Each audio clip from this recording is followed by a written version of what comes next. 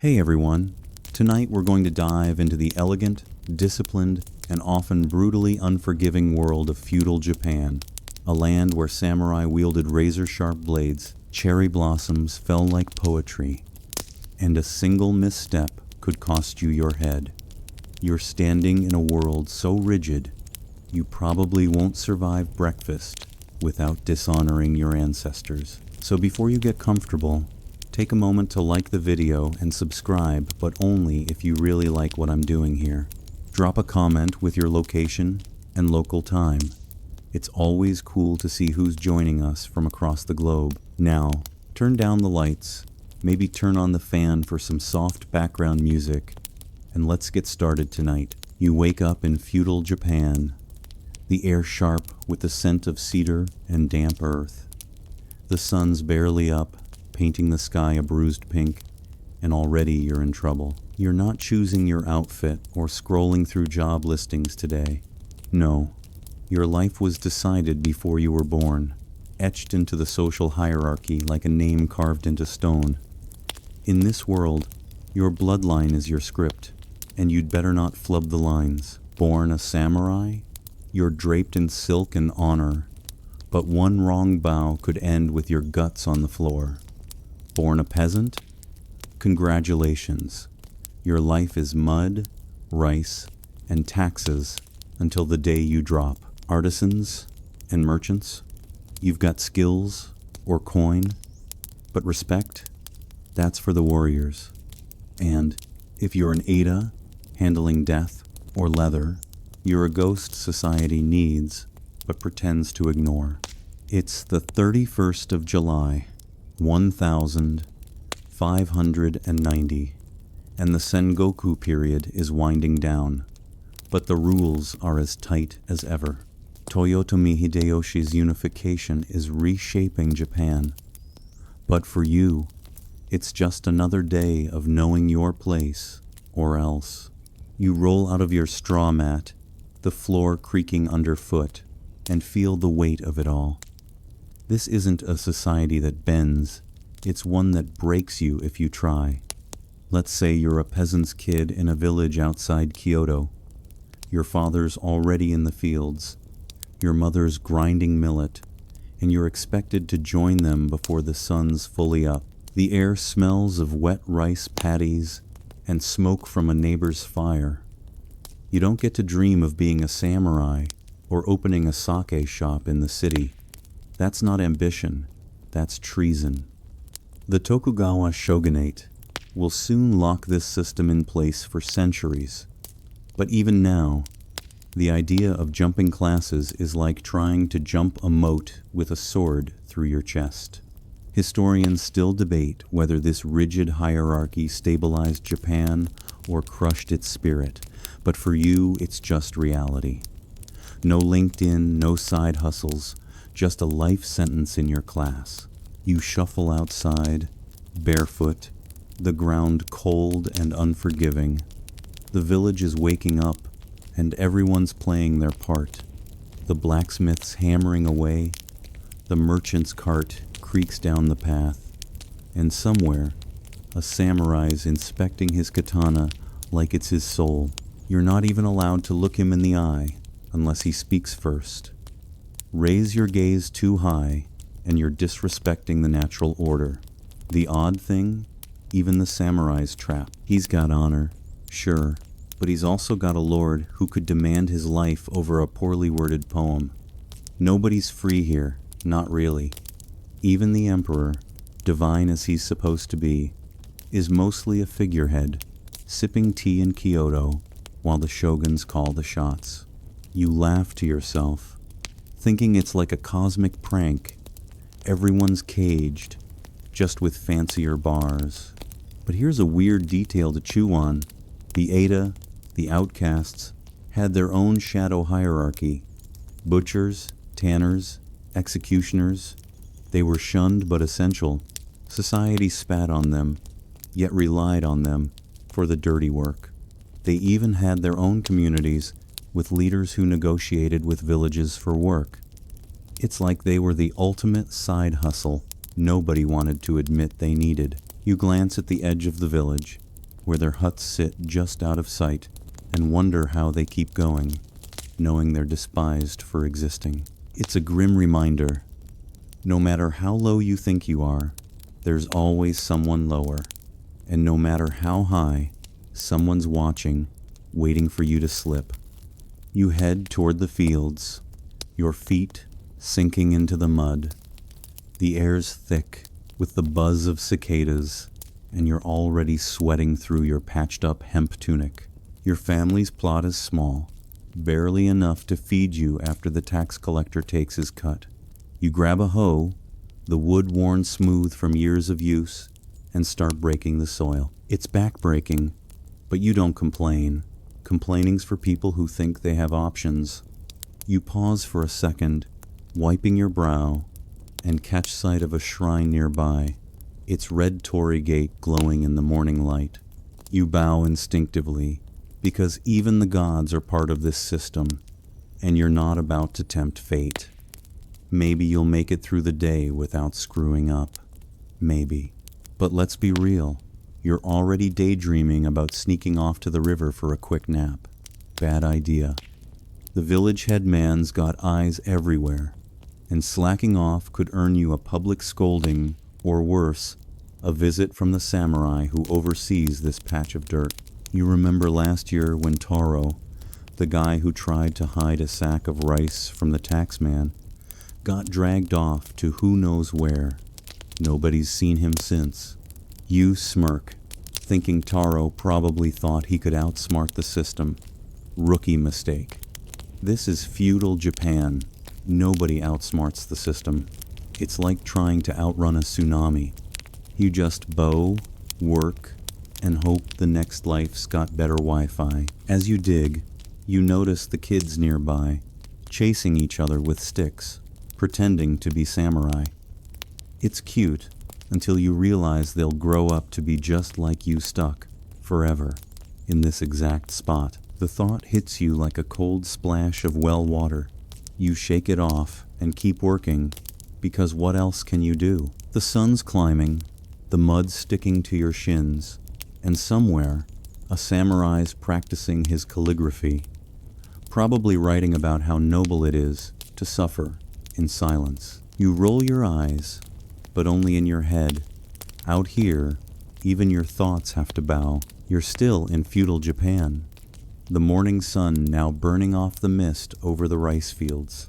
Your hands are already raw from the hoe, but you've got bigger problems than blisters. Cleanliness in this world isn't just a habit, it's a sacred duty, and you're expected to scrub yourself spotless before the day really starts. It's 1,590, and while Toyotomi Hideyoshi's armies are out unifying the country, you're fighting a different battle, staying clean enough to avoid shaming your entire family. You trudge to the stone basin behind your hut. The water inside, so cold, it feels like it's been personally insulted by winter. No warm shower, no fancy soap, just a bucket, a rag, and your own determination not to freeze to death. This is your morning ritual, and it's as non-negotiable as taxes. You splash the icy water on your face, gasping as it bites your skin. Soap's a luxury your peasant family can't afford, so you're stuck with rice bran, gritty and smelling faintly of regret. You scrub your arms, your neck, your feet, because in feudal Japan, being dirty isn't just gross, it's a moral failing. The Shinto belief in purity runs deep, and a filthy body is an invitation for spiritual rot. You glance at the village bathhouse, a wooden structure steaming faintly in the distance. It's the social hub, where everyone from the headman to the fishmonger soaks together. No privacy, no shame. You'll go later, but for now, you're stuck with this basin, shivering like a wet dog in a haiku. Historians still debate whether this obsession with cleanliness strengthened social bonds or just made everyone miserable, but you're too cold to care. The bathhouse, when you finally get there, is a scene straight out of a period drama minus the romance. You strip down, Scrub yourself raw with a cloth and slide into the scalding communal tub. Your neighbor's there, naked as the day he was born, discussing crop yields, like it's not weird to chat while your knees bump. You keep your eyes on the water, because staring's a faux pas, and dirtying the bath with soap suds is basically a war crime. You soak, the heat easing your aching back, but you're hyper aware of the unspoken rules. One wrong move, and you're the guy who ruined the village's sacred soak. You chuckle to yourself, imagining explaining this to someone from the future. Yeah, we bathed together silently and judged each other's toenails. They'd think you're nuts. Here's the odd detail. Even peasants like you use toothbrushes, not the plastic kind, but twigs or bamboo sticks, frayed at the end and rubbed with salt. It's not exactly minty fresh, but it keeps your teeth from falling out before you're 30. You're meticulous about it, because bad breath could get you ostracized faster than stealing a radish. You're brushing away, wondering if the samurai up at the castle are using fancier twigs, maybe carved with poetry. The thought makes you snort. Imagine a warrior pausing his sword practice to floss with a stick. It's absurd, but in this world, even dental hygiene is a performance. You finish your bath and head back to the fields, your skin tingling from the scrub. The air smells of pine and smoke, and you notice the village shrine, its priest sweeping the grounds with a broom older than your grandfather. Cleanliness extends to everything, your clothes, your tools, even your thoughts. A wrinkled robe or a muddy hoe could signal disrespect, and disrespect's a one-way ticket to a samurai's bad side. You remember last month when a merchant got publicly shamed for wearing a stained kimono to a festival. The guy's still not showing his face. You pat down your own tunic, suddenly paranoid about a stray mud spot. In feudal Japan, you're not just keeping clean, you're keeping your reputation alive. But let's lighten the mood. You're walking back, and a kid runs by, splashing mud on your freshly cleaned legs. You mutter, "Great, now I'm a walking dishonor." The kid laughs, oblivious, and you can't help but grin. It's like the universe is reminding you, no matter how hard you scrub, life's got a way of throwing dirt back at you. You pass a group of women, their hair pinned up in elaborate knots, gossiping about a samurai who tripped during a tea ceremony. You stifle a laugh. Imagine a warrior undone by a teacup.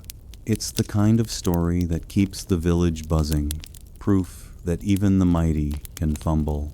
You're back at the fields now, the sun higher, the air heavier. Your mother calls out, reminding you to air out your bedding later. Even your straw mat has to be spotless, because the gods are apparently very particular about dust. You roll your eyes, but nod, because arguing's not worth the lecture. You glance at the samurai's estate on the hill, its tiled roof gleaming. They've got servants to handle their laundry, but you bet they're still scrubbing their souls just as hard. In this world, cleanliness isn't next to godliness, it's a prerequisite. You dip your hoe back into the mud, wondering if enlightenment comes with a better bucket. You're in feudal Japan, the sun climbing higher, casting shadows across the rice fields where you're still stuck, hoe in hand. But let's shift gears. Imagine you're not a peasant anymore. You're a samurai, draped in silk robes, your katana and wakizashi tucked into your obi, their weight a constant reminder of who you are. It's 1,590, and Toyotomi Hideyoshi's unification is tightening the screws on everyone, especially you. Being a samurai sounds glorious. Cherry blossoms, poetic duels, all that cinematic swagger. But the truth is, you're walking a tightrope over a pit of dishonor, and one wrong step could end with a blade in your belly. Your life is governed by Bushido, a code so strict it makes modern diets look like a free-for-all. You don't live for yourself. You live for your daimyo, your lord, whose word is law, and whose bad day could be your last. You stride through the village, your posture perfect, your face a mask of calm. The peasants avert their eyes, bowing low as you pass, their respect tinged with fear. You're not just a warrior. You're a walking symbol of order, a blade-wielding HR department for feudal society. Your job isn't to swing your sword, it's to avoid needing to. Bushido demands loyalty, courage, and self-control so intense you can't even sneeze without worrying it'll offend someone. In 1600, the Battle of Sekigahara will cement the Tokugawa shogunate's power. But even now, you're training endlessly. Swordsmanship, archery, calligraphy, poetry. You're expected to be a killer and a scholar, lethal with a blade and graceful with a brush. Mess up either, and it's not just your reputation, your entire clan could take the hit. You pause by a cherry tree, its blossoms drifting like snow. It's beautiful, but you don't smile. Smiling too much is unrefined, and you're not here to enjoy the view, you're here to serve. Your daimyo could call you to war, to guard his castle, or to settle a dispute over who gets the better rice field. Disobedience isn't an option. It's seppuku, the ritual suicide where you kneel, slice open your abdomen, and hope your second makes the final cut quick. It's not rare. Last year, a samurai in the next province disemboweled himself after losing a duel over a misinterpreted haiku. Historians still debate whether seppuku was a noble act of redemption or a brutal tool of social control. But for you, it's just the fine print of your job description. Here's the odd detail. Your swords aren't just weapons, they're your soul. The katana and wakizashi, your daisho, are crafted with such reverence they're practically family members. You clean them daily, not because they're dirty, but because neglecting them is like neglecting your ancestors. A scratch on the blade is a scratch on your honor. You once saw a samurai demoted for letting his sword rust his lord, made him polish it in public, then sent him to guard a remote bridge for a year. You run your thumb along your katana's scabbard, checking for imperfections, and mutter, "Better not get demoted to bridge duty." It's a half joke, but the villagers nearby don't laugh. They know better. You keep moving, your sandals crunching on the gravel path. The air smells of wood smoke and spring blooms, but you're too busy scanning for threats, bandits, rival samurai, or just a peasant who looks at you funny. Your lord's castle looms in the distance, its walls a reminder of your duty. You're expected to be flawless, but the pressure's relentless. Last week, you overheard a merchant whisper that you held your tea bowl wrong during a ceremony. You didn't reactings for peasants, but it stung. You imagined telling him, "Mate, I'd like to see you wield a katana and a teacup at the same time."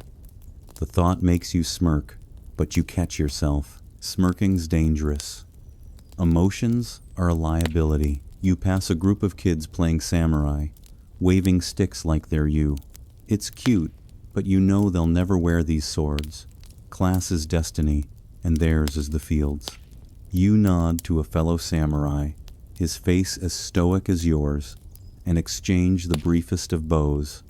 No small talk chattings for merchants. You're both bound by the same code, both one mistake away from disaster.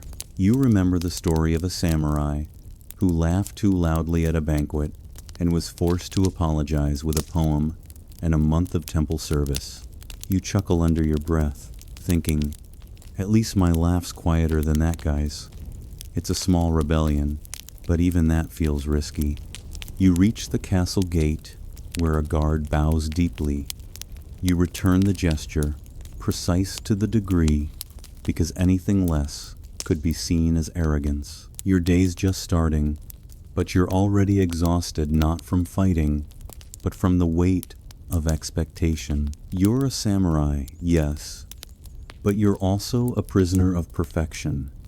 Your every move watched, judged, and ready to be written into someone's scroll as either honor or shame.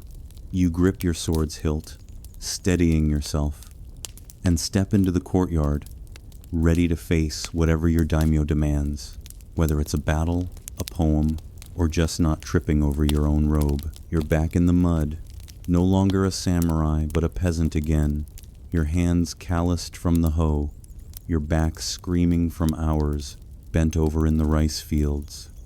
It's 1590, and the sun's beating down on your village outside Osaka, where Toyotomi Hideyoshi's unification efforts mean more taxes, more scrutiny, and more reasons to keep your head down. You're ankle deep in muck, the air thick with the scent of wet earth and sweat. Your life as a peasant isn't just hard, it's a grind designed to keep you small, obedient, and forever tied to the land. Your family's survival depends on rice, and rice depends on you not screwing up. The fields stretch out like a green prison, and every grain you plant is a reminder. You're not working for yourself, you're working for the daimyo who owns this dirt. You wipe your brow, the hemp tunic sticking to your skin. Breakfast was a thin bowl of rice porridge, maybe a pickled plum if you're lucky, but your stomach's already growling. The tax collector's coming soon, and he doesn't care if the harvest was bad or if a storm flattened half your crop. In 1588, Hideyoshi's land survey, the Taiko Kenchi, mapped every inch of arable land, setting tax quotas so precise you can't hide a single stalk. You owe rice, usually 50 to 70% of your yield, and if you can't pay, you're not just broke, you're a criminal. Last year, a neighbor tried stashing some grain in his hut. He's gone now, either exiled or worse. Historians still debate whether these taxes stabilized feudal Japan or just starved its people into submission. But you're too busy surviving to argue. You glance at your neighbor, old Kenji, who's muttering about the weather as he weeds his plot. He's got a limp from a bad fall last season, but he's still out here, because stopping means starving. You share a nod, both of you knowing the deal. Work until you drop, then hope your kids can take over.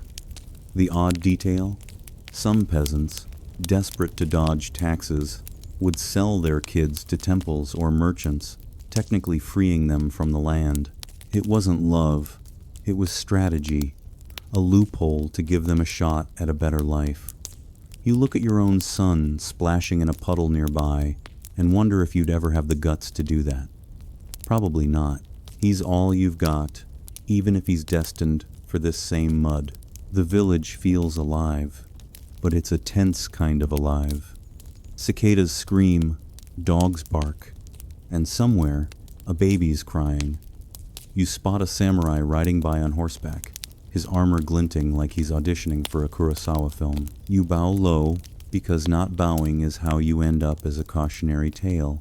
He doesn't even glance your way, which is fine attention from a samurai, usually means trouble. You smirk, thinking, bet he's never had to pull weeds in this heat. It's a quiet rebellion, but it keeps you sane. The other day, you overheard a merchant joking that peasants are just human oxen. You wanted to snap back, but snapping back gets you whipped, or worse, your whole family pays. So you swallow it, like you swallow everything else. Your day's rhythm is relentless. Plant, weed, pray for rain, but not too much rain. A bad harvest could mean eating bark or selling your only blanket. Bandits are a constant threat, too. Last month, a gang hit a nearby village, stealing rice and leaving 2 dead. You've got no weapons, no training, just a stick you keep by your mat, hoping it looks intimidating. You laugh to yourself, imagining waving it at a bandit. Back off, or I'll poke you aggressively. It's a grim joke, but humor's all you've got when the world's this heavy. The kids nearby are still playing, pretending to be samurai. Their laughter, a brief escape from the reality waiting for them. You pause to stretch, your spine popping like firewood. The shrine at the field's edge catches your eye, its torii gate weathered but proud. You bow because the gods are watching, and you're not about to tempt a bad harvest. Festivals are your only break-sake, dancing, maybe a chance to forget the mud for a night. But even those are rare, and the next one's months away. You think of the village elder, who gets to sit in the shade and give advice nobody follows. You mutter, "Lucky old goat," and chuckle, because if you don't laugh, you'll cry. Your life's a cycle of dirt, debt, and duty, and the only way out is death or reincarnation, if the priests are right. The sun's dipping now, painting the fields gold. You're exhausted, but you can't stop until dark. Your wife calls you for dinner, probably more rice and maybe a scrap of fish if the river was kind. You trudge home, your sandals caked in mud, knowing tomorrow's the same. You're the backbone of this society, growing the rice that feeds the samurai, the merchants, the whole damn system. But nobody thanks you. You're just a peasant, invisible until you fail. You kick a clod of dirt, muttering, "At least the mud loves me." It's a weak joke, but it's yours. And in feudal Japan, that's about all you've got to call your own. You're still a peasant, the sun now sinking low, casting long shadows over the rice fields outside Osaka. It's 1590, and your day's been nothing but mud and muscle, but now your stomach's growling louder than a temple gong. Time to eat, if you can call it that. In feudal Japan, meals aren't about indulgence.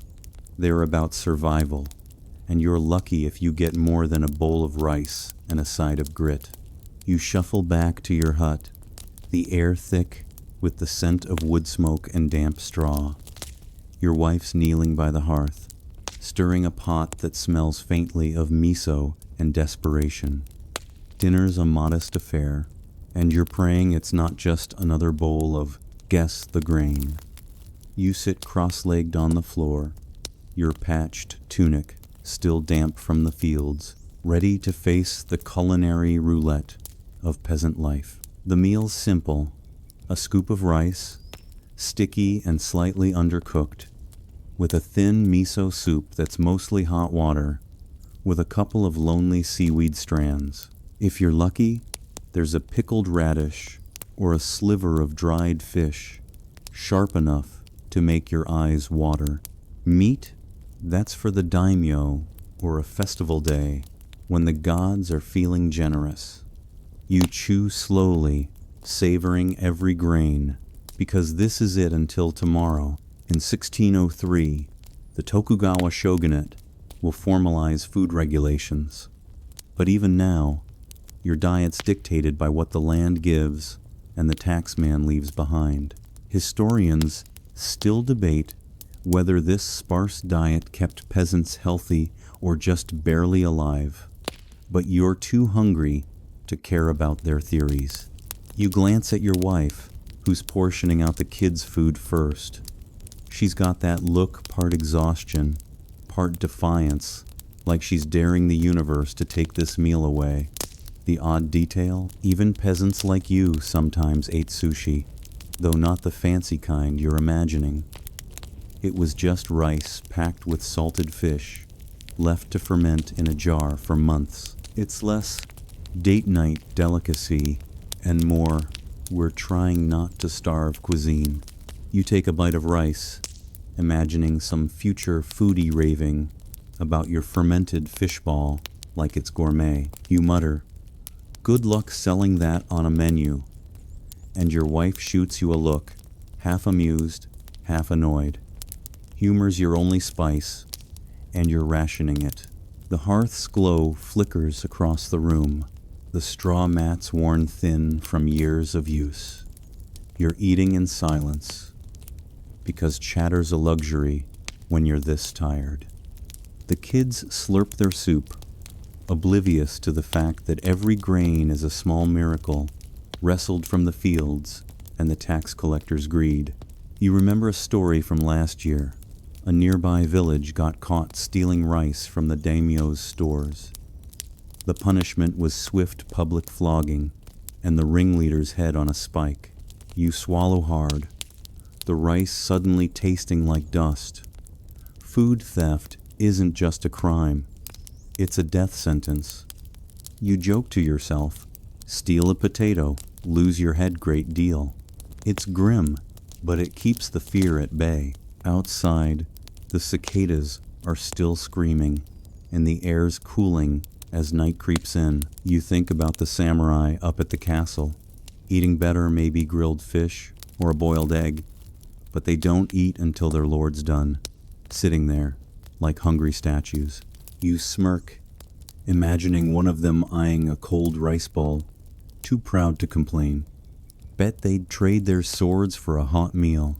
You mutter under your breath, and your son giggles, not getting the joke but liking the sound of it. You ruffle his hair, grateful for the moment, because moments like this, quiet, safe, fed, are rare. The meal's over too soon, and you're still hungry, but you don't say it. Complaining's for people with options, and you've got none. You sip the last of the miso, trying to ignore the faint, fishy aftertaste, and think about tomorrow's work. The fields don't care if you're full or not. They're waiting, always waiting. You glance at the shrine outside, its silhouette barely visible in the dusk. You'll pray later, asking for a good harvest, because the gods are the only ones who might listen, but even they don't deliver takeout. You chuckle, thinking, if only the gods took rice orders. It's a weak joke, but it's yours, and in this world, a laugh's worth more than a full belly. You stack the bowls, the clay cool against your hands, and help your wife clean up. The fire's dying down, and the hut's getting chilly. You're not just eating to live, you're eating to keep the system running. Your rice feeds the samurai, the merchants, the whole chain of power that keeps you pinned to this plot of land. You're the foundation, but nobody's carving your name on a monument.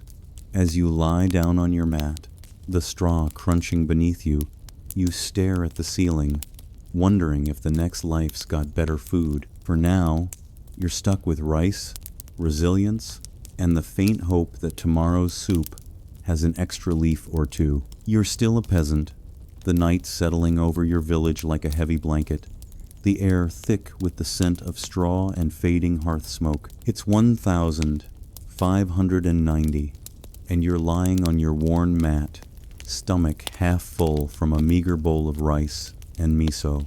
The world outside is quiet, save for the cicadas and the occasional bark of a dog. You're thinking about the day, about the rice fields, the taxes, and the samurai who rode by without a glance. You want to mutter something snarky, maybe about how his horse looked better fed than you, but you bite your tongue. In feudal Japan, your words aren't just dangerous, they're a loaded crossbow pointed at your own head. Free speech? That's a fantasy for some far-off future. Here, every syllable is a risk, and silence is your safest bet. You roll over, the straw crunching beneath you, and think about the time you overheard a merchant grumbling about the daimyo's new tax. He was gone the next day, his shop boarded up, his family vanished. The lesson was clear. Speak out, and you're not just risking your own neck, you're risking everyone who shares your name. In 1600, the Battle of Sekigahara will solidify the Tokugawa shogunate's grip, but even now, the social order is a blade held to your throat. You're expected to nod, bow, and keep your thoughts locked tighter than a daimyo's treasure chest. Historians still debate whether this enforced silence preserved harmony or crushed dissent. But for you, it's just another rule to survive. You sit up, glancing at your wife, who's mending a tunic by the dim light of an oil lamp. She's quiet, always quiet, because women have even less room to speak. A wrong word from her could shame your entire household, and you've seen it happen. A neighbor's wife scolded her husband in public, and now they're the village pariahs. You want to tell her you're proud of her, but even that feels risky, like tempting fate. The odd detail? Apologies here are performance art. If you offend someone, it's not enough to say sorry, you bow, grovel. Maybe offer a gift like a woven mat or a live carp. You once saw a merchant send a caged bird to a samurai after a bad deal. His face so low to the ground he was practically eating dirt. You mutter, "Hope that bird sang better than his excuses?" And your wife smirks, catching the joke. The air's cool now, the lamp flickering. You think about the samurai up at the castle, trained to speak in measured tones, their words as polished as their swords. Even they can't slip up last month. A warrior was banished for joking about his lord's calligraphy. You imagine him now, stuck guarding some frozen outpost, muttering, "At least the snow doesn't care about my punchlines." It's a grim chuckle, but it keeps you grounded. Humor's dangerous, too. A misplaced laugh could be seen as disrespect, and disrespect's a one-way ticket to a sword's edge.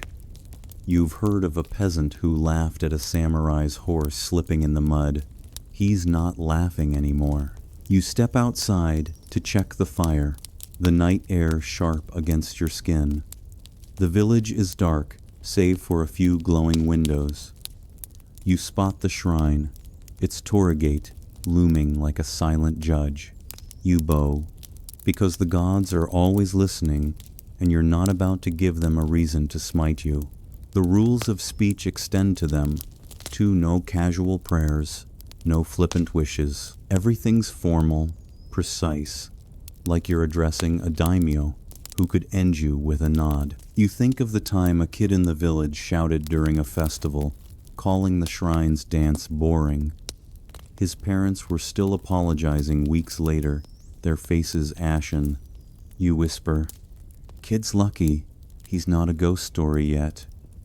And the wind carries your words away. Back inside, you settle down, the lamp now out.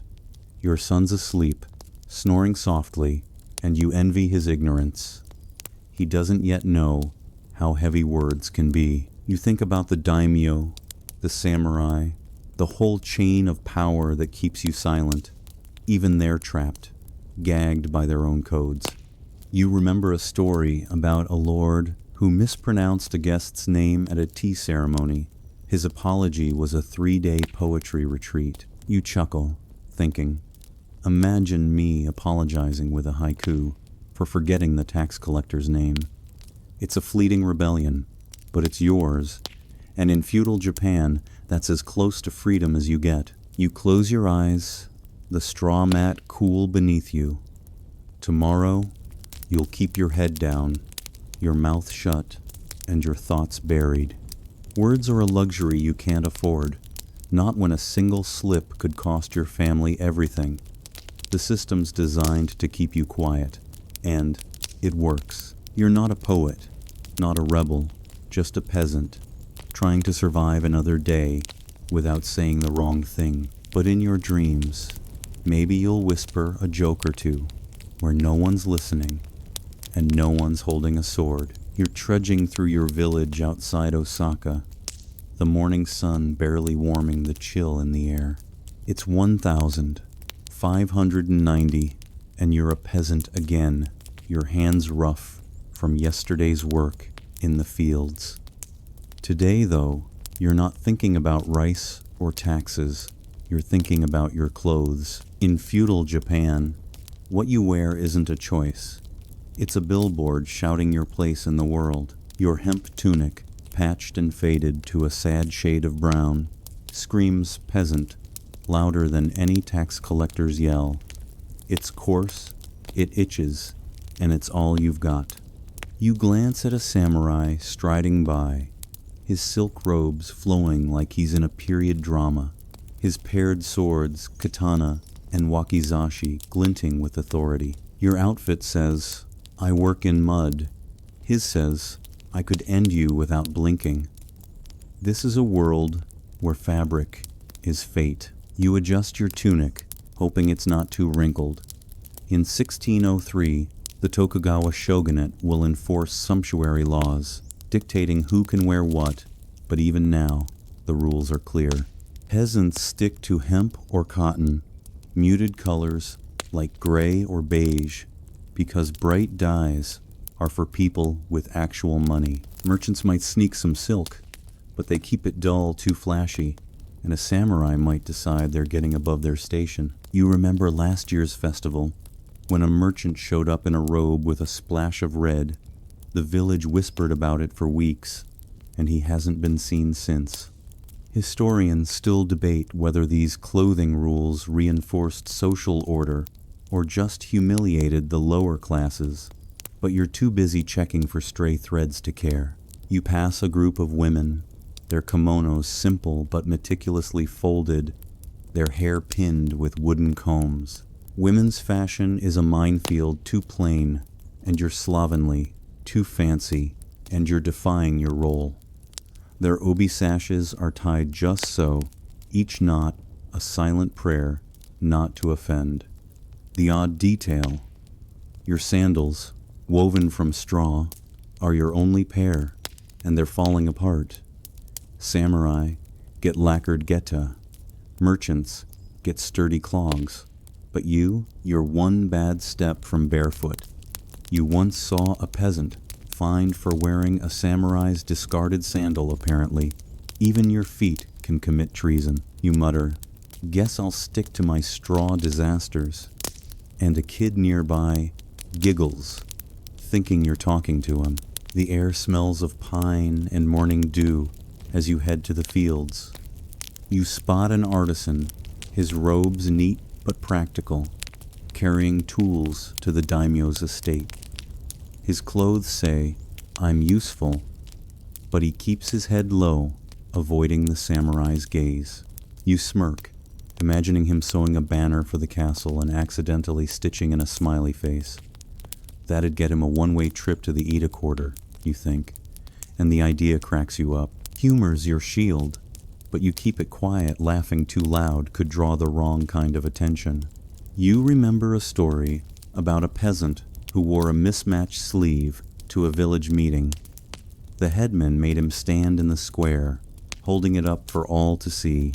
Like a fashion criminal, you reach the fields, your sandals squelching in the mud, your tunics already picking up dirt, but you can't afford to care. Clean clothes are a luxury, and you're airing them out tonight, hoping the gods don't judge your laundry skills. You glance at the samurai's estate, its tiled roof gleaming like it's mocking you. Their robes are cleaned by servants, their swords polished to a mirror shine. You wonder if they ever trip over their own hems, then catch yourself thinking too much about their lives is dangerous. You're a peasant. Your job is to blend in, not stand out. You tug at your tunic, hoping it holds together another day, and mutter, "At least I don't have to iron silk." And the village is waking up, the air buzzing with the sounds of work hammers, looms, the creak of a merchant's cart. You spot a woman adjusting her daughter's kimono, making sure the pattern's right for the season. One wrong flower, and the whole village would talk. You chuckle, thinking, imagine getting canceled for a bad cherry blossom. It's a small rebellion, but it keeps you sane. Your clothes aren't just fabric, they're your cage, your role, your survival. You bow to a passing samurai, your tunic scratching your skin, and keep moving. In feudal Japan, you don't wear what you want, You wear what you're allowed, and you'd better make it look good or pay the price. You're still trudging through your village outside Osaka, the air heavy with the scent of blooming cherry blossoms and the faint tang of wood smoke. It's 1590, and you're a peasant, your hemp tunic caked with yesterday's mud. The fields are behind you for now, and you're walking past a shrine, its red torii gate glowing in the twilight. Your mind drifts to something dangerous, something you barely dare to think about. Love. In feudal Japan, love isn't a pop song or a stolen kiss under the moonlight. It's a high-stakes game where the rules are set by your family, your class, and a daimyo who doesn't care about your heart. You're not choosing a soulmate. You're signing a contract, and the ink is your family's honor. You pause by the shrine, watching a young couple bow together, their movements stiff and formal. Marriage here isn't about feelings, it's about alliances, rice fields, and not embarrassing your ancestors. If you're a peasant like you, your parents picked your wife years ago, probably because her family's land borders yours, or because she's got strong arms for harvesting. In 1603, the Tokugawa shogunate will codify these customs. But even now, love's a side quest you can't afford to chase. You were married at 16, your wife chosen for her ability to work and bear sons, not for her smile. You like her well enough she's tough, keeps the hut running, but romance? That's for poets and ghosts. Historians still debate whether these arranged marriages strengthened clans or just trapped people in loveless roles. But you're too busy surviving to philosophize. You kick a pebble, thinking about the samurai up at the castle. Their marriages are even less about love, pure politics, tying clans together like knots in a fishing net. A samurai's daughter might be wed at 15 to seal a truce, her dowry, a few acres, and a lifetime of silence. You remember a story from last year. A samurai's son fell for a merchant's daughter, a big no-no. He was exiled, she was sent to a temple, and their story's now a cautionary tale, whispered at festivals. The odd detail? Love letters exist, but they're so coated in seasonal metaphors, cherry blossoms for longing, autumn leaves for sorrow, that they read like weather reports. You smirk, imagining writing one. My heart's a wilting plum, care to water it?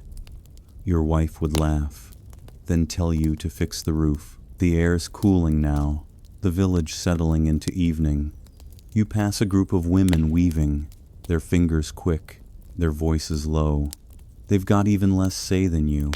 A woman's role is to obey father, husband, lord, in that order. If she's lucky, she learns poetry or calligraphy, but only to make her family look good. You think of your wife, her hands always busy, her opinions tucked away like a hidden blade. You once overheard her muttering about the village headman's bad decisions, but she'd never say it aloud. Speaking out could ruin her, ruin you, ruin your kids. You mutter, love's great, but silence pays the bills. A kid nearby giggles, thinking you're talking to the air. You keep walking, the shrine's lanterns flickering. Festivals are the only time love gets a little room to breathe, sake flows, dances, spark glances, and maybe, just maybe, you steal a moment under the stars. But even then, eyes are everywhere. Adultery's not just scandal, it's a death sentence, sometimes by your own spouse's hand. You chuckle, thinking, imagine explaining that on a dating app. Swipe right, but don't cross my lord. It's a grim joke, but it keeps the weight off your chest. You remember a tale about a samurai who took a concubine, only to have his wife poison the tea. The whole village talked about it for months, half in awe, half in terror. You reach your hut, the straw mat waiting inside. Your wife's there, mending a basket, her face calm but tired. You want to tell her something soft, something real, but the words feel heavy, like they'd break some unspoken rule. Instead, you nod, and she nods back, a quiet understanding. Love in feudal Japan isn't forbidden, but it's inconvenient, squeezed between duty and survival. You lie down, the night pressing in, and think about the couple at the shrine. Maybe they're happy, maybe they're not, but they're playing their parts, just like you. In this world, love's a whisper you keep to yourself, because anything louder might bring the whole system crashing down. You're back in your village, outside Osaka, the night air cool and heavy, with the scent of pine and distant charcoal fires. It's 1590, and you're a peasant, lying on your straw mat, the day's labor still aching in your bones. The world feels quiet, but it's a deceptive calm. Death is never far away in feudal Japan. It's not just an end, it's a constant companion, woven into the fabric of your life like the threads of your worn tunic. Whether it's a bad harvest, a bandit raid, or a samurai's bad mood, mortality is as close as the shadow under your feet. You stare at the ceiling, listening to the soft snores of your family, and wonder how long you've got before the inevitable. In this world, you don't plan for retirement, you plan for your exit. Take the samurai up at the castle. Their lives are a high-stakes performance, and the 1,600 Battle of Sekigahara, looming on the horizon, will prove it. Lose a fight, dishonor your lord, or spill sake on the wrong robe, and it's seppuku time kneeling, blade in hand, slicing your own abdomen in a ritual so formal it's practically choreography. Last year, a samurai in a neighboring province performed seppuku after failing to protect his lord's banner in a skirmish. The whole village heard about it, the story told with a mix of awe and dread. Historians still debate whether seppuku was a noble act of loyalty or a gruesome way to enforce obedience. But for you, it's just another reason to be glad you're not a samurai. You shift on your mat, the straw poking through. As a peasant, your deaths are less dramatic, but no less frequent. A bad harvest, like the one in 1587, when drought hit, means starvation. You've seen families eat bark, roots, anything to fill the void. Bandits are another threat last month. A gang swept through a nearby village, leaving bodies and burned huts. You've got a stick by your bed, but it's about as useful as a haiku against a sword. The odd detail? Death so expected that peasants sometimes held pre-funerals for sick relatives, celebrating their life while they're still breathing. You saw one last spring, a frail old man, still alive, toasted with sake, while the village sang. You mutter, bet he felt awkward being the guest of honor, and smirk, because humor's your only shield against the grim. The air's still, the village dark, except for a few flickering lanterns. You think about the women who face their own brand of danger. Childbirth is a roll of the dice. Complications mean a midwife with herbs and prayers, not a surgeon. Your cousin lost his wife last year, her body too weak after the birth. The village mourned, but quietly. Wailing's undignified. You whisper, at least the gods don't charge for funerals, and your wife stirs, half asleep, muttering for you to shut up. You grin, because even in this world, a little sass keeps you sane. Nature's no kinder typhoons, earthquakes, floods. A tsunami hit the coast a few years back, wiping out entire villages. You pray to the shrine daily, but the gods seem busy. You step outside, needing air. The shrine's silhouette looms. Its Toragate, a reminder that even death has rules. You're expected to meet it calmly, with a poem or a bow, like it's just another lord to please. You remember a story about a peasant who faced execution for hiding rice. He wrote a haiku before the blade fell, something about autumn leaves and fleeting winds. The samurai were so impressed, they let his family keep their hut. You chuckle, thinking, if I'm going down, my poem's gonna be about mud and bad soup. It's a weak joke, but it's yours. And in feudal Japan, that's all you've got to carry you through the dark. You look at the stars, sharp against the night sky. Death's everywhere, bandits, hunger, disease. But it's the calm acceptance that gets you. Nobody fights fate, they bow to it. You're not a hero, not a samurai, just a peasant trying to make it to tomorrow. You head back inside, the mat creaking under you, your son's still snoring, oblivious to the weight of the world. You envy him, but only for a moment. In feudal Japan, death isn't a surprise, it's part of the deal. You close your eyes, hoping for a dream where the reaper's late and the rice grows tall. You're back in your village outside Osaka, the morning sun filtering through the mist, the air thick with the scent of damp straw and budding rice. It's 1,590, and you're a peasant, your hands already sore from the hoe you'll wield all day. You're not just an individual here, you're a cog in a machine called your clan, a sprawling web of family ties that defines your every move. In feudal Japan, you don't live for yourself. You live for the name on your back, the ancestors in your blood, and the expectations that weigh heavier than any rice sack. Your clan is your identity, your safety net, and your prison, all rolled into one. Step out of line, and you're not just shaming yourself, you're dragging generations down with you. You trudge toward the fields, passing a neighbor who nods but doesn't speak.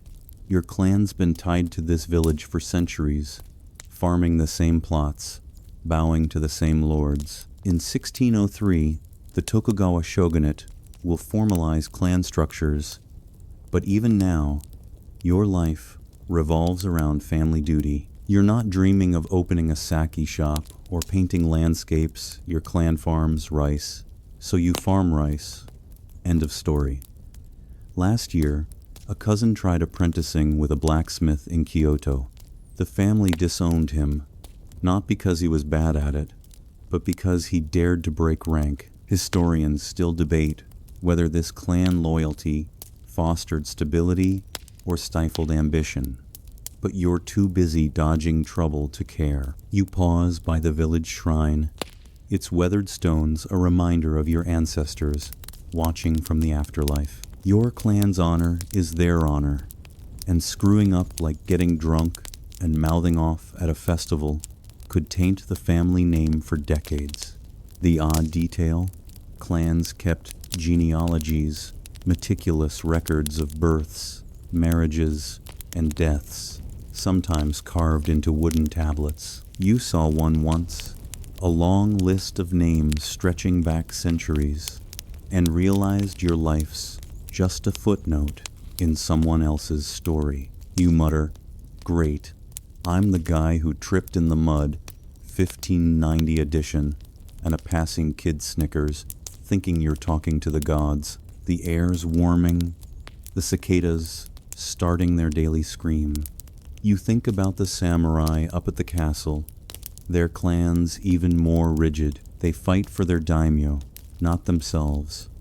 And a single dishonor, like losing a duel or forgetting a bow, could stain their lineage forever. You heard about a samurai whose brother ran off with a merchant's wife. The whole clan was shunned, forced to move to a backwater province. You smirk, imagining the guy packing his swords, muttering, "Thanks, bro, for the exile." It's a grim chuckle, but it keeps you grounded. Individuality's a trap here. One wrong move, and your clan's the one paying the price. You reach the fields, your hoe waiting like an old friend, Your wife's already there, her hands quick with the weeds, her face set in that quiet strength you've come to rely on. She's part of your clan now. Her old family's name erased the day you married. You think about your son, asleep back at the hut, destined to carry the same burden. You want to tell him to run, to be free, but that's a fantasy. The clan's your anchor and your chain. You remember a story about a peasant who defied his family to marry a girl from another village. His clan shunned him, his crops failed, and now he's a cautionary tale told over sake. You whisper, "Love's great, but rice keeps the ancestors happy."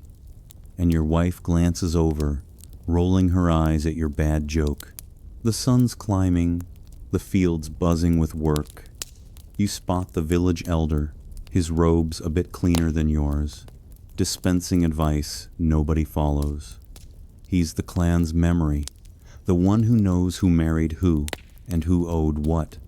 You bow, because disrespecting him is disrespecting the clan, and that's a mess you can't afford. You think about the daimyo's clan up at the castle, their power built on generations of loyalty and blood.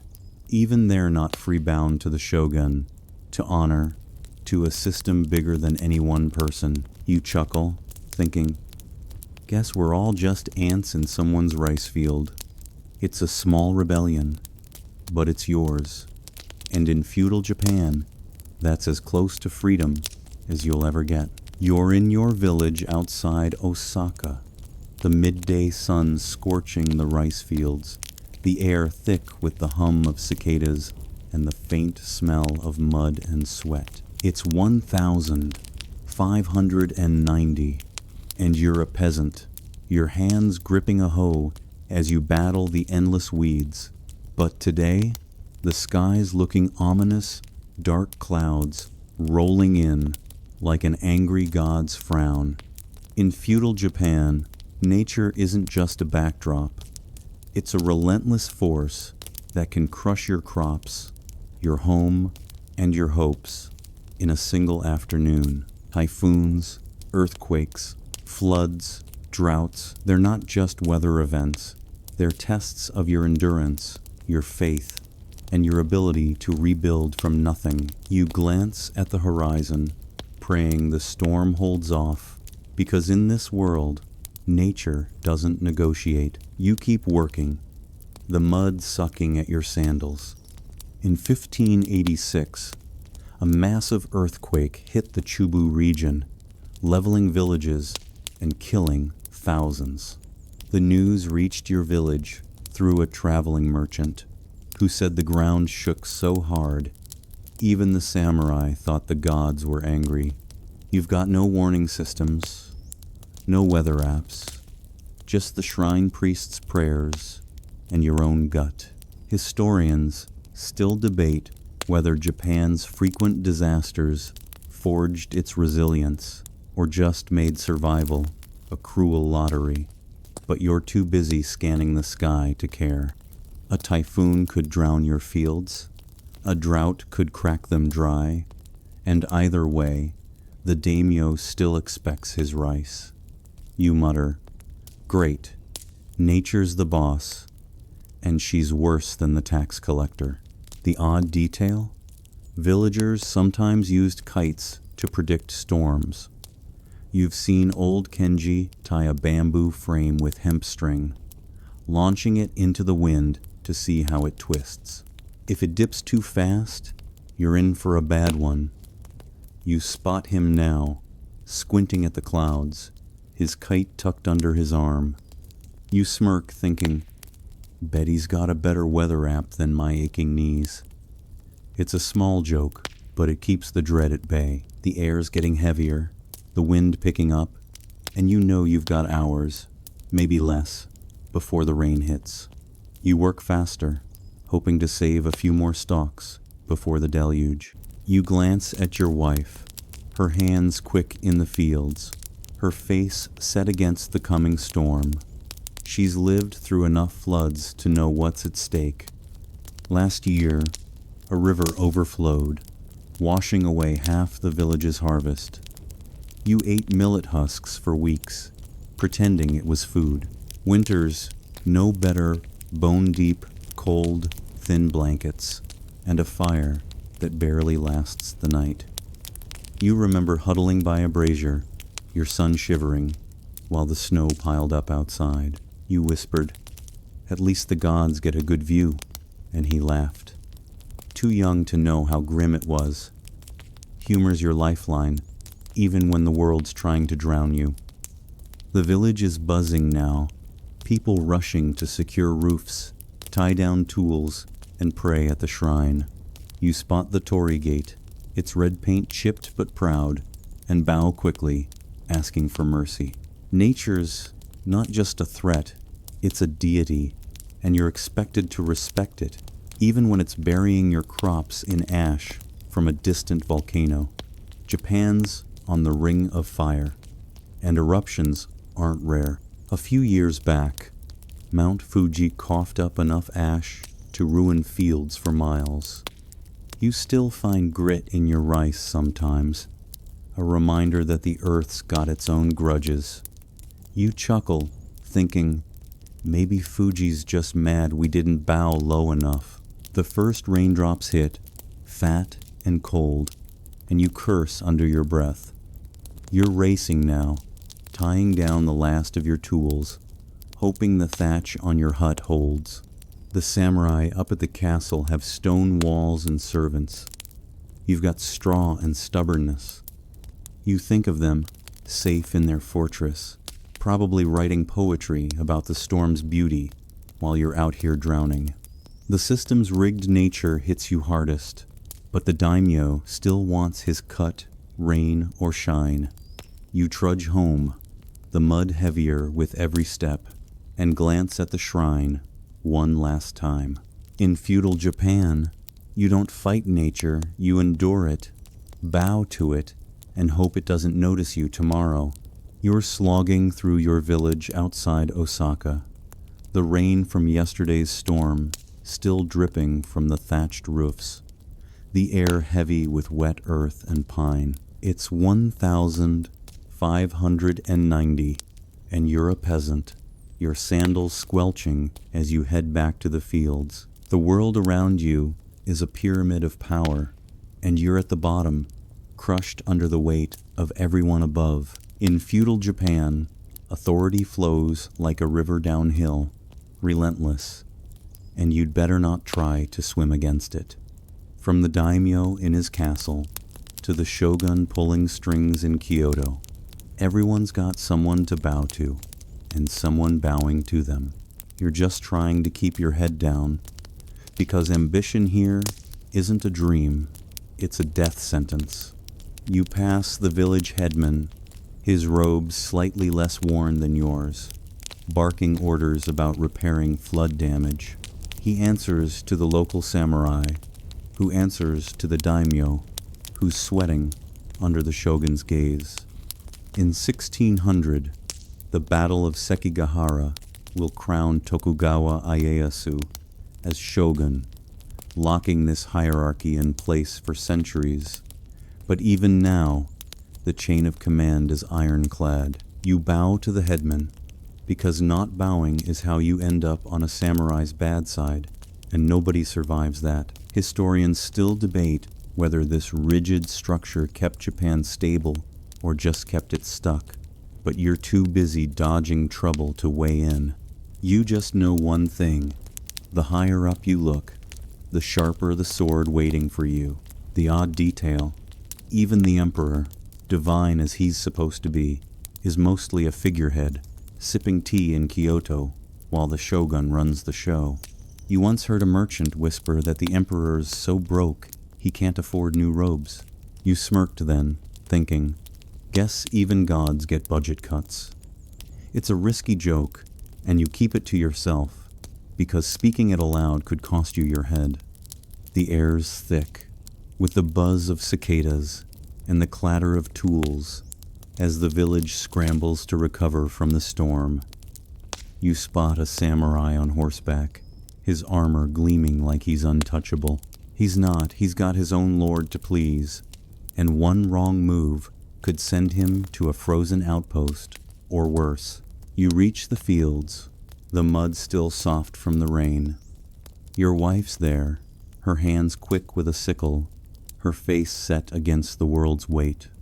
She's got her own chain to follow village women, answer to their husbands, who answer to the headman, who answers to the samurai. Nobody climbs this ladder. You're placed, and you stay.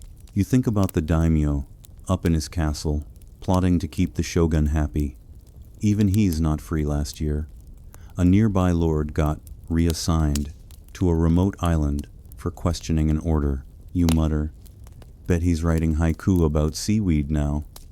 And your wife glances over, catching the sarcasm, but not the words. Humor's your escape, but even that's got to stay quiet. The shrine's torii gate looms nearby, a reminder that even the gods are part of this system. You bow, because skipping it feels like tempting fate. The priests say the gods watch everyone, but you're pretty sure they're watching the daimyo closer. You think about the shogun, the real power, his spies everywhere, making sure nobody gets too bold. A merchant in the next village tried bribing a samurai for a favor. His shop's gone, his family scattered. You chuckle, thinking, guess he thought gold outranks a sword. Rookie mistake. It's a grim laugh, but it keeps you sane in a world where one misstep can topple your whole life. You grab your hoe, the wood worn smooth, and start working. The fields don't care about your place in the hierarchy, but the tax collector does. You're growing rice for the samurai, the daimyo, the shogun, everyone but you. The system's built to keep you here, in the mud, bowing to the chain above. You glance at the castle, its walls looming like a silent threat. Even the samurai's trapped, serving a lord who serves a shogun who serves power itself. Nobody's free. Not really. You dig into the earth, muttering. At least the mud doesn't demand a bow. It's a small rebellion, but in feudal Japan, it's all you've got. You are trudging through your village, outside Osaka, the morning air crisp, carrying the scent of wet straw and distant pine. It's 1,590, and you're a peasant, your hands already itching for the hoe you'll grip all day. The fields stretch out before you, endless and unforgiving. But today your mind's on something else. Knowledge. In feudal Japan, learning isn't a right, it's a privilege, doled out based on your place in the rigid social pyramid. If you're a peasant like you, education's a distant dream, something for samurai and scholars, not for folks knee-deep in mud. Your role is to work, not to think, and the system's built to keep it that way. You glance at the village kids, chasing each other with sticks, and wonder what they'll ever learn beyond the weight of a sickle. Up at the castle, samurai children are a different story. In 1603, the Tokugawa shogunate will formalize education for the warrior class, but even now, young samurai are drilled in reading, writing, and the art of not embarrassing their clan. They study Chinese classics, practice calligraphy, and learn to wield a sword with the same precision as a brush. You heard about a samurai boy last year, barely 14, who wrote a death poem for a school exercise. Imagine that, a kid prepping for seppuku like it's homework. Historians still debate whether this elite education produced disciplined warriors or just obedient drones, but you're too busy surviving to care. Your own school is the fields, your teacher the seasons, and your lesson plan is simple. Don't starve. The odd detail? Some peasants could read, but only just enough to track taxes or read shrine notices. Your uncle, a bit of a rebel, taught himself to scratch out basic kanji using charcoal on a board. He hides it, though literacy's suspicious in a peasant. like you're plotting to overthrow the daimyo with a well-worded letter. You smirk, imagining him scribbling a manifesto. "Down with rice quotas," you mutter. "Good luck getting that past the samurai." And a nearby kid giggles, thinking you're talking to the air.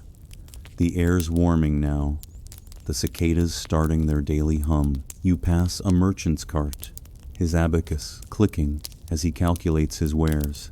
Merchants get some schooling math, mostly to keep their books straight, but it's practical, not poetic. No Confucius for them, just numbers. You think about your wife, back at the hut, weaving straw mats. Women's education is even more restricted. If she's lucky, she learns sewing, etiquette, maybe a bit of poetry, to make the family look refined. Your sister once tried learning calligraphy, but the village headman shut it down, saying it was unseemly for a peasant girl. She still sneaks it sometimes, drawing in the dirt with a stick. You chuckle, thinking, bet her secret kanji's better than the headman's. It's a small rebellion, but it's hers. And in this world, that's dangerous enough. You bow to the shrine as you pass. It's Torah Gate, a reminder that even the gods expect you to know your place, ignorance included. In the fields, you grab your hoe, the wood familiar in your hands. The samurai kids are probably practicing archery now, or memorizing Sun Tzu, while you're memorizing which weeds choke rice the fastest. Knowledge here isn't power, it's a leash, kept tight by those above you. You think of the daimyo's scholars, tucked in the castle, copying scrolls like their lives depend on it. Even they're not free. A bad translation could cost them their heads. You mutter, "At least my mistakes only ruin rice, not reputations." And your wife, nearby, rolls her eyes, catching the sarcasm. Humor's your only classroom, teaching you to laugh at the absurdity of a world where learning's a luxury you can't afford. The sun's climbing, the fields alive with the buzz of work. You spot the village elder, his robes cleaner than yours, reciting old stories to a group of kids.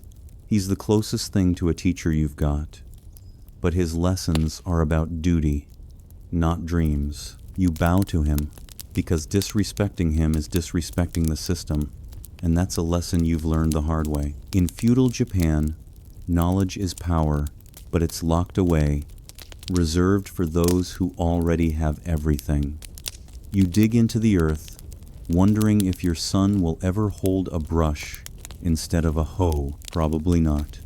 For now, you're stuck learning the only thing they let you master: survival.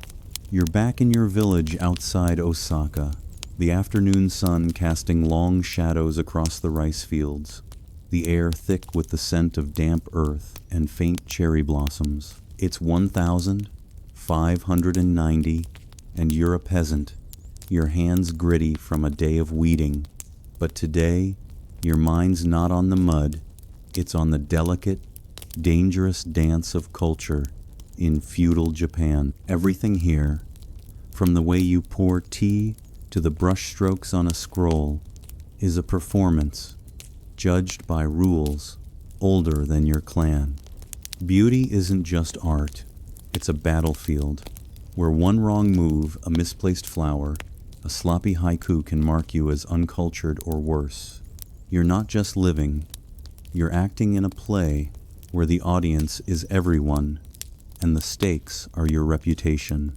You pass the village tea house, where a group of women are practicing a tea ceremony, their movements slow and deliberate, like they're diffusing a bomb.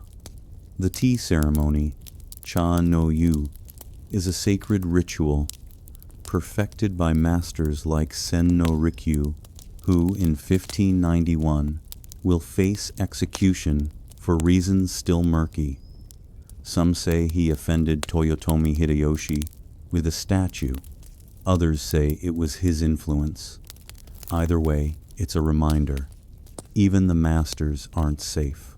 You're not invited to these ceremonies, but you've seen them every gesture, from turning the cup to bowing, is choreographed. One slip, like spilling tea or sitting too stiffly, and you're not just clumsy, you're disrespectful. Historians still debate whether these rituals built spiritual harmony or just enforced social control. But you're too busy to care. You're just glad you're not holding the teapot. The odd detail? Even your calligraphy, if you could write, would be judged like a personality test. A shaky brushstroke isn't just messy, it's a sign your soul's out of alignment. You once saw a merchant's son practice kanji on a scrap of wood, only for the village elder to call it spiritually weak. The kid's face was redder than a festival lantern.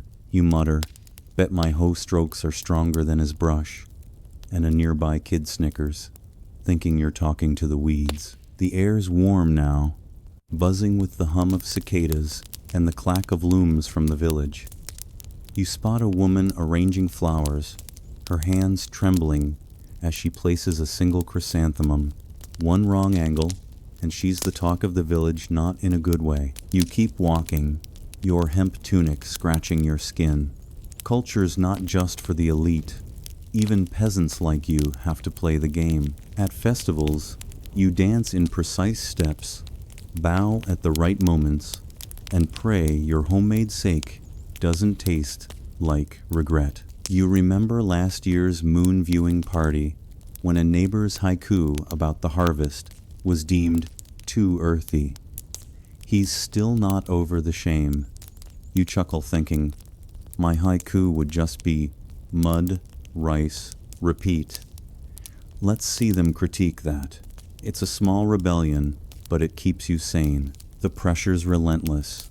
Your clothes, your manners, even your prayers have to be perfect, or you're letting down the gods, your clan, and probably your great-granduncle's ghost. You reach the fields, your hoe waiting like a loyal dog.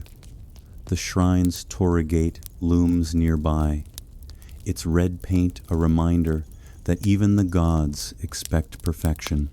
You bow, because skipping, it's like asking for a bad harvest. You think of the samurai up at the castle, practicing their poetry, their calligraphy, their tea ceremonies, all to prove they're refined, not just killers. Even they're not free.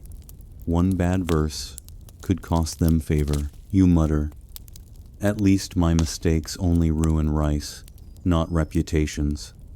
And your wife, weeding nearby, shoots you a look, half amused, half exasperated. In feudal Japan, culture's a blade, sharp and unforgiving, and you're just trying not to get cut. You're back in your village outside Osaka, the sun dipping low, painting the rice fields in hues of golden shadow. It's 1590, and you're a peasant, your body aching from another day in the mud, your hemp tunic stiff with dried sweat. The air carries the faint scent of straw and the distant clang of a temple bell signaling evening prayers. You've survived another day in feudal Japan, a world not built for comfort but for endurance, where every step, every word, every bow is a test of your ability to submit to a system sharper than any katana. This isn't a place for dreams or rebellion. It's a stage where you play your role or the curtain falls hard. You pause by the shrine, its Torah gate weathered but unyielding, and feel the weight of it all, a society designed to keep you in line from birth to grave. Reflecting on the past, you think of the 1,588 Taiko Kenchi Toyotomi Hideyoshi's land survey that chained every peasant to their plot, making escape impossible. It wasn't just about taxes, it was about control, ensuring you'd never be more than a cog in the daimyo's machine. Historians still debate whether this system forged Japan's stability or suffocated its people. But you feel the answer in your bones, every ache, every empty bowl, Every silent moment screams submission. You're not a person here. You're a function, growing rice for samurai who don't know your name, serving a lord who'd rather see you dead than defiant. The system's beauty, its temples, its poetry, its cherry blossoms, hides a truth. It's a cage, elegant but unbreakable. The odd detail? Even the lowliest peasants had festivals, brief moments where the rules bent just enough for sake and laughter. Last year, during the Oban festival, you danced under lanterns, drunk on cheap rice wine, pretending the world wasn't watching.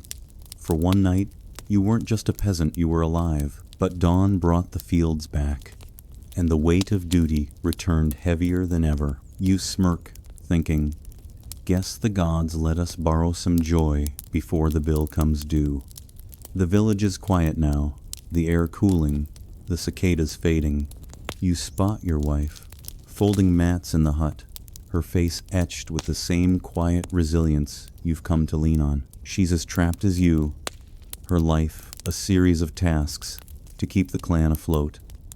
Yet she moves with a grace that makes the system seem almost bearable. You think about the samurai, their silk robes and polished swords, bound by Bushido to a life of discipline and danger. They're not free either, just higher up the chain, answering to daimyo, shogun, and the ghosts of their ancestors. You remember a samurai who slipped during a tea ceremony last month, his face red as he apologized with a poem. You mutter, bet my mud's less judgmental than their teacups, and your son, playing nearby, giggles, thinking you're talking to the dirt. Humor's your lifeline, a whisper against a world that demands silence. But even that's risky. One wrong joke, and you're the village outcast. Or worse, a head shorter. The shrine looms, its lanterns glowing softly. You bow, slower this time, feeling the weight of a life where every act is scripted. You're not just surviving the fields or the taxes.